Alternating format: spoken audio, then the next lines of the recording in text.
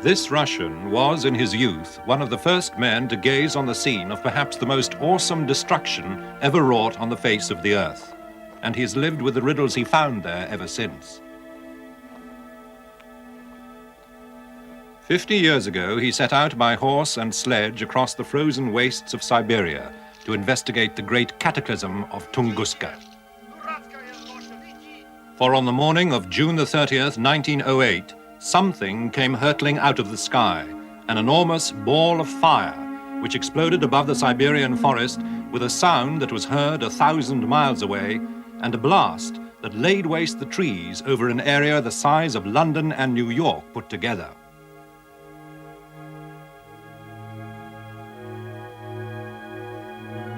For weeks afterwards, the nights in Europe were almost as bright as day. These pictures were taken after midnight.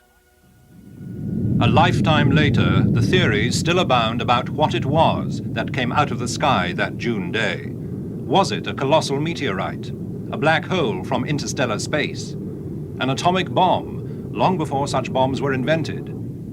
Could it even have been a spaceship?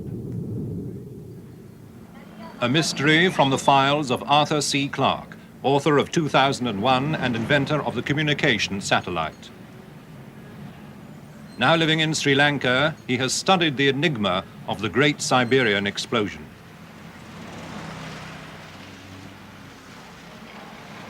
So imagine that, as I'm standing here, that thing detonates 5 miles above us. Well, there would have been a flash in the sky so brilliant that by comparison the sun is a feeble electric light bulb. The flash of light and heat would have boiled the sea around us and set the city on fire instantly. Then the blast wave, the concussion, you can't use the word sound, it's just a devastating, pulverizing concussion, would have flattened all the buildings, except possibly the one immediately beneath the explosion, which might have stayed upright, as indeed in Hiroshima, buildings directly under the center of detonation remain standing. But what we're talking about now is something 1,000 times more devastating than the first atom bomb in Hiroshima.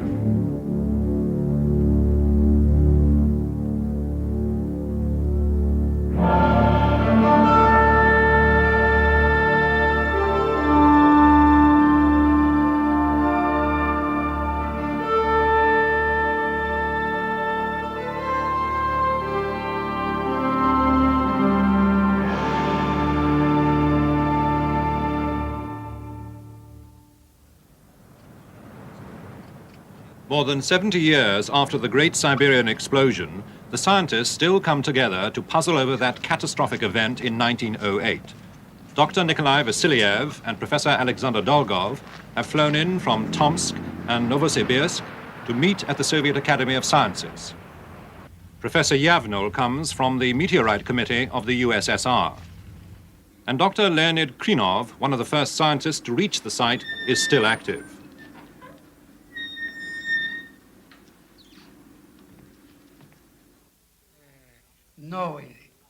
The discussions go on, because to this day they are still not sure what happened in the depths of the Siberian wilderness on that June morning. The investigation into the mystery of the Siberian explosion began in 1921, just after the Russian Revolution. The Academy of Sciences was one of the first institutions to be set up by the Bolsheviks in Petrograd, now Leningrad. And it was decided that the new scientific socialism should also be in the vanguard of the natural sciences.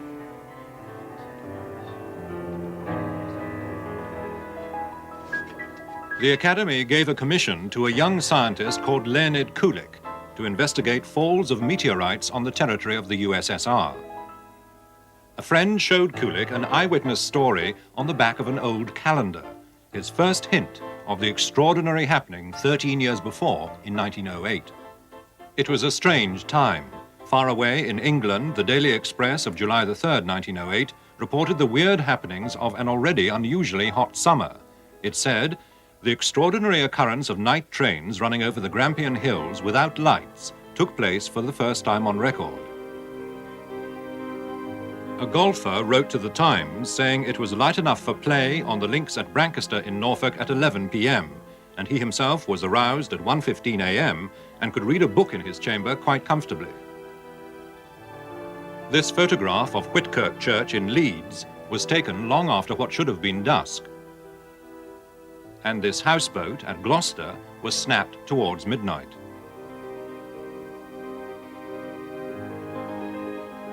What people took to be the Northern Lights lit up the whole east coast.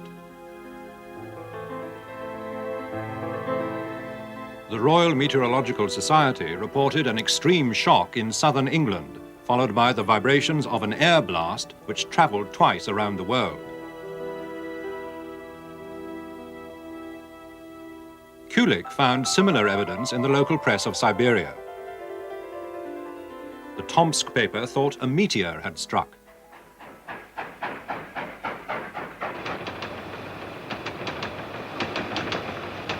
Armed with these few details, Kulik set off on the Trans-Siberian Railway from Petrograd, across European Russia and half of Siberia, to the small station of Taishet.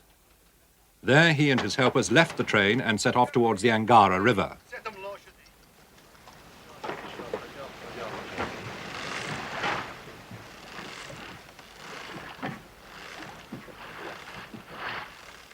From there on, they had only horse and boat to take them through the ice and snow of the Siberian forest, the taiga. There were endless river crossings, made more hazardous by the spring thaw. Eventually, accompanied by the great Soviet cameraman Strukov, they reached the tiny trading post of Vanavara.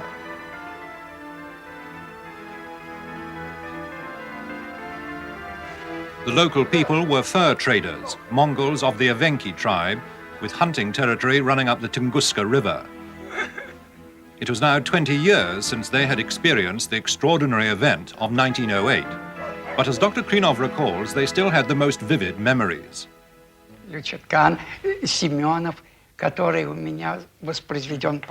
Well, there was Lyuchatkan Smirnov. I questioned him, and he told me in detail how he was hurled from his porch by the wave of air. He was literally thrown from his porch, and he lost consciousness. His daughter, a young girl, was at the time with her friend down by the stream, and when they heard the thunder and all the explosions, they ran back home and saw him lying on the ground. Another eyewitness was on the far side of his hut, hammering something or other there. So he was shielded by the hut from the place where the radiation came from.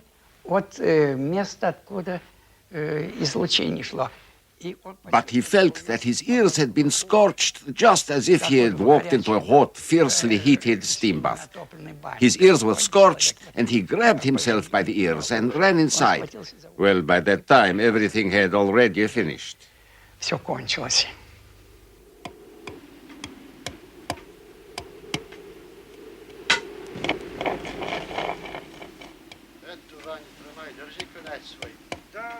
At Vanavara, Kulik's expedition set about building small boats, which could take them upriver towards the area where the locals said the explosion had happened.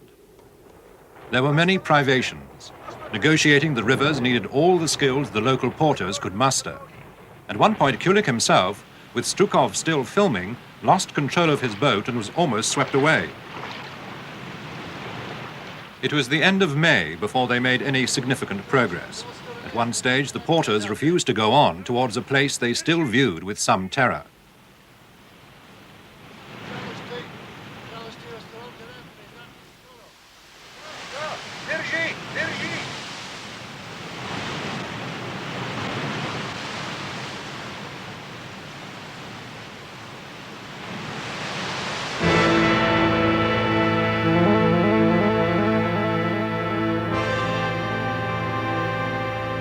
At last they reached the quieter waters of the upper Tunguska, and finally the junction with the river Chombi.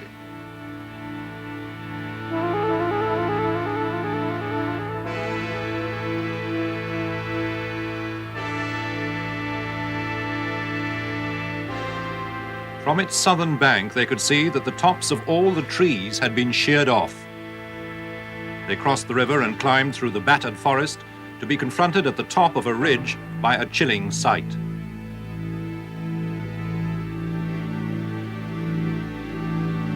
As far as the eye could see, the trees lay like an annihilated regiment in serried rows, victims of some unimaginable slaughter. Тайга, которая повсюду, могучая сибирская тайга стояла.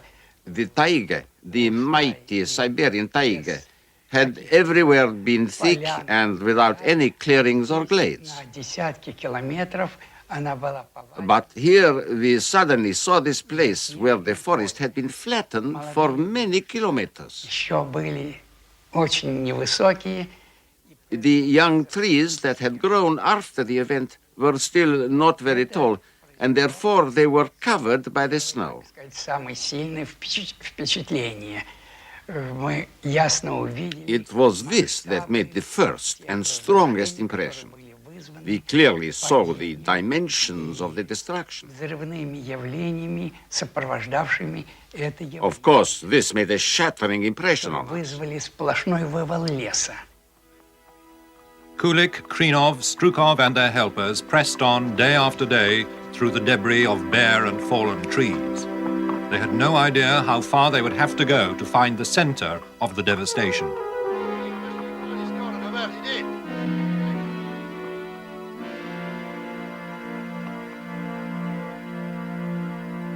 They made camp, living as best they could with limited supplies, off the land and the water.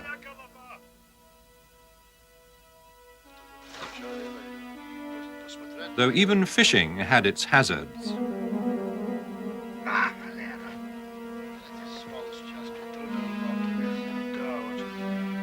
Eventually, after fighting their way for more than 60 miles through the tangled mess of fallen trees and new growth, they reached, 20 years after the event, the heart of the explosion. Kulik was to call the place the Tunguska South Swamp, the center of 1,000 square miles of devastation.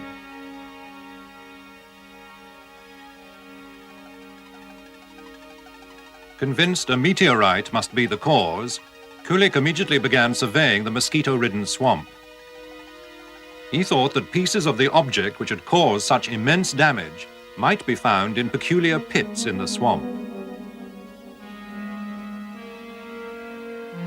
His men drained the pits and excavated them without result.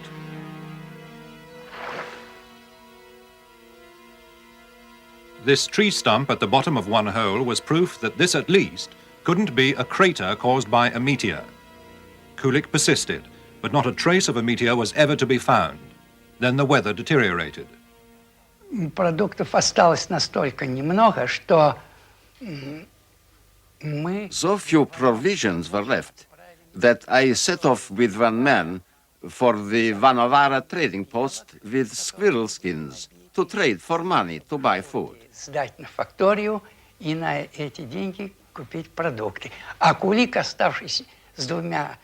Kulik stayed behind with two men, and he was forced to kill a dog to eat, though men with supplies did eventually arrive. Пока дело не дошло, к нему успели вернуться вот те рабочие... I myself got frostbitten, and the men who traveled with me also got frostbite in his feet, and we were forced to go to the hospital at Keshner, where we spent 2 months. где провели 2 месяца. Well, what was the thing that detonated above the Siberian swamp in 1908? There be no end of theories. One is that it was a rather small lump of antimatter, perhaps only a few pounds. Antimatter is material which has its atoms oppositely charged from those of our ordinary terrestrial matter. So if a pound of antimatter meets a pound of ordinary matter, the two annihilate each other, giving a colossal explosion. The other is that it was a very small black hole, if such things exist. And I say very small, perhaps too small to be seen, but yet still weighing millions and millions of tons. Again, if a thing like that plowed into the Earth, it would go right through our planet and cause a colossal explosion at the point where it entered and the point where it went out. The remarkable similarity between the Tunguska event and the after effects of the Hiroshima bomb has prompted many people to suggest that it was some kind of nuclear explosion. The heat flash was very similar. Trees at Tunguska were charred on the side towards the explosion, but on the shadow side they were comparatively unaffected. Exactly the sort of thing that happened at Hiroshima and Nagasaki. Well, how could one have a nuclear explosion 40 years before we had invented the atom bomb? Well, perhaps a visitor from space had engine trouble and tried to make a forced landing on our Earth and didn't make it, but blew up 5 miles above the surface. There's been at least one book written on this subject and a lot of science fiction stories, and it is a plausible theory, and certainly a very romantic one. But this romantic theory is still considered seriously by respectable scientists, particularly in the Soviet Union. This is Soviet academician Alexei Zolotov. The Tunguska explosion took place in the air. There exist only two possibilities for such an explosion. Either it came from an internal energy source in the body, or from the natural energy caused by its movement. I believe it was a nuclear explosion from an artificially made object.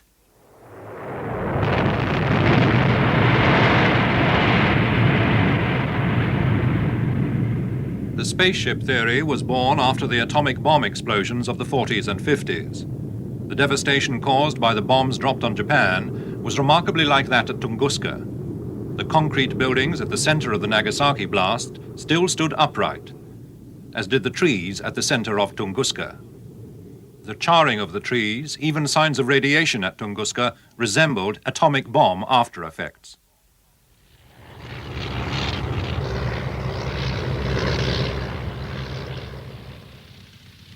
Kulik was killed by the Nazis during the Battle of Moscow, and it was 1958 before the first post-war expedition was mounted. It was now possible to get by air to Vanavara. But the team still had to use precarious and inadequate boats, and needed the help of the local reindeer herdsmen to carry their supplies. They also needed plenty of determination before they were able to get back to Kulik's original site.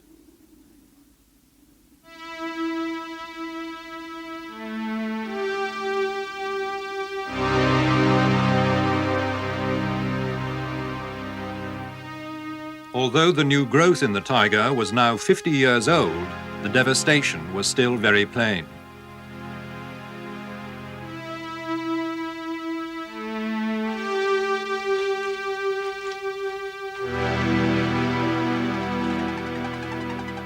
Again, there was the vile work of surveying and testing in the most impossible terrain, assaulted still by summer insects.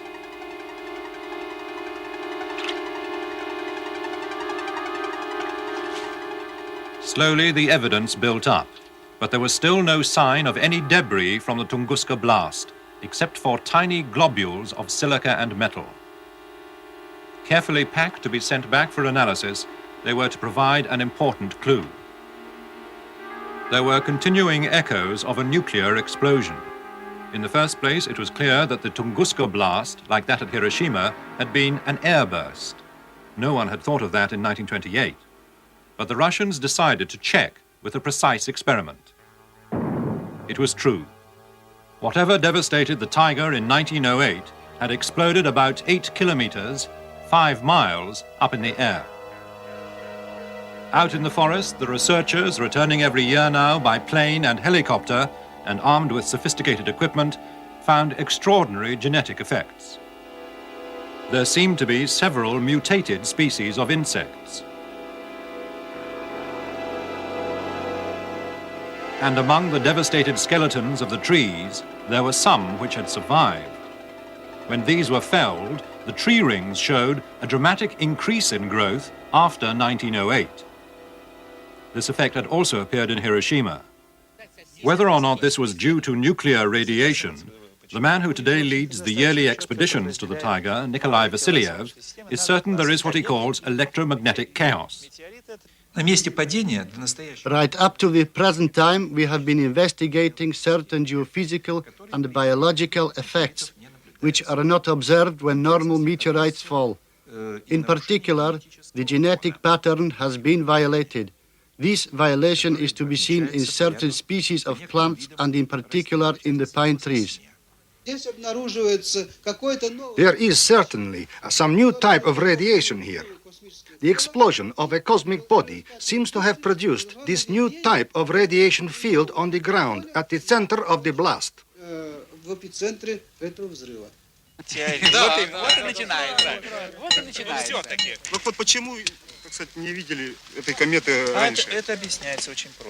The discussion continues among the experts and volunteers at the annual summer camps.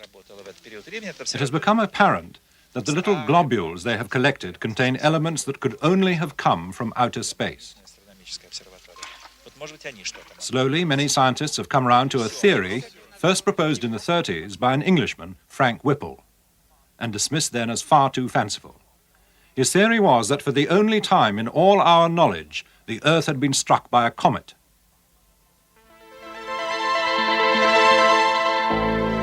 Comets are among the most romantic objects in the universe. Great shining bodies with tails thousands of miles long, sweeping through the solar system and turning around the sun, either to disappear forever or to return to our view only after many years. But the comet theory doesn't convince academician Zolotov. The main argument against it being a comet is the fact that the cosmic body was apparently moving at such a slow speed. For it to be an explosion involving natural energy, the body would have to be moving extremely fast. In theory, no less than 30 kilometers a second. If the body had been a natural object moving at this great speed, with a mass of 1 million or more tons and 100 meters across, then it would have uprooted the forest in a huge strip more than 100 kilometers across for a great distance before the actual explosion. But Dr. Vasilyev and his colleague Professor Alexander Dolgov, who did the chemical analysis of the globules, feel the evidence now points most clearly to a comet. Проделав анализы вот с этими мельчайшими порциями газов, We got a large content of hydrogen, which is a typical cosmic element. водорода, такого типичного космогенного элемента. Затем получили довольно... Then we got quite large amounts of carbon dioxide, which in its frozen state seems to make up the heads of comets. Получили некоторое количество... We also got a certain quantity of hydrocarbons, probably methane. который тоже... This, too, is very characteristic of the structure of the front part of comets. Now, comets are associated with meteor streams, a sort of rivers of meteorites which flow around the sun and intersect the Earth's orbit at regular intervals. And the other day I was going through a book on comets and meteors, and I came across what I think is the solution to this particular mystery. There's a stream of meteors known as the Beta Taurids. They hit the Earth, this stream of meteors, every 30th of June, the same date as the Tunguska event. And I am pretty sure that the Tunguska explosion was something to do with the stream of meteorites, the Beta Taurids, every 30th of June. Inevitably, something like Tunguska will happen somewhere on the Earth. It could happen tomorrow, it could happen in the next 5 minutes. I would say it will certainly happen within the next 1,000 years. If it does happen fairly soon, and it isn't too large a comet, it might trigger a thermonuclear war, because an explosion like that in any country could easily be mistaken for an attack by ICBMs. However, a very large comet, well, I'm afraid it wouldn't leave anyone to worry about.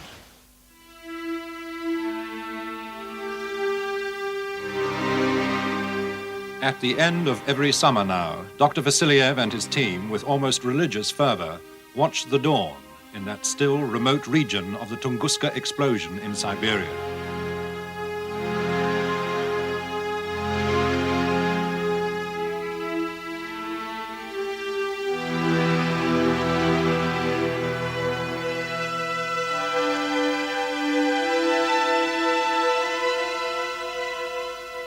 Every year, the Russians vow that they will return to seek a little more knowledge about the most awesome event which has ever struck this earth in all the recorded history of man.